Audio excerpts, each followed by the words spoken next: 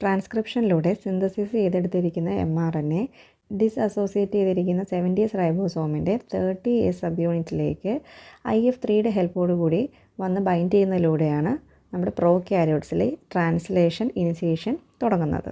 ഈ mRNAയിലുള്ള സ്റ്റാർട്ട് കോഡോണിന് തൊട്ട് മുന്നേ ഷൈൻഡൽഗാനോ എന്ന് പറഞ്ഞിട്ടൊരു സീക്വൻസ് ഉണ്ട്. ആ സീക്വൻസ് 30S സബ് യൂണിറ്റിലുള്ള 16S rRNA ആയിട്ട് പെയർ ചെയ്യും. ഈ പെയറിങ് സ്റ്റാർട്ട് കോഡോണിനെ കറക്റ്റായിട്ട് പി സൈറ്റിൽ കൊണ്ടുപോയി പ്ലേസ് ചെയ്യിക്കാനായിട്ട് ഹെൽപ്പ് ചെയ്യും.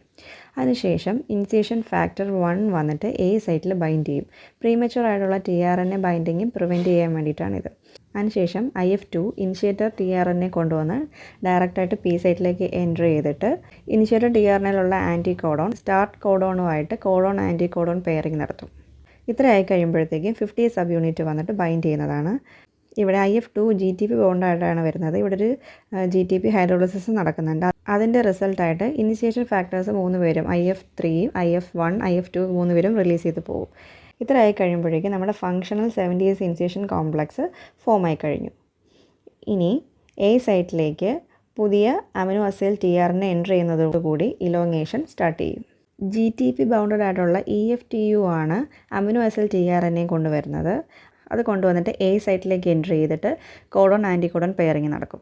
ഇവിടെ പെപ്റ്റൈഡ് ബോണ്ട് ഫോർമേഷനെ കാറ്റലൈസ് ചെയ്യുന്നത് 50S സബ് യൂണിറ്റിൽ നടക്കുന്ന പെപ്റ്റിഡൽ ട്രാൻസ്ഫറേസ് എന്ന് പറഞ്ഞിട്ടൊരു പരിപാടിയാണ്. ഗ്രോ ചെയ്യുന്ന പോളിപെപ്റ്റൈഡ് ചെയിൻ പി സൈറ്റിലുള്ള tRNAന്ന് എ സൈറ്റിലുള്ള tRNAയിലേക്ക് ട്രാൻസ്ഫർ ചെയ്യും.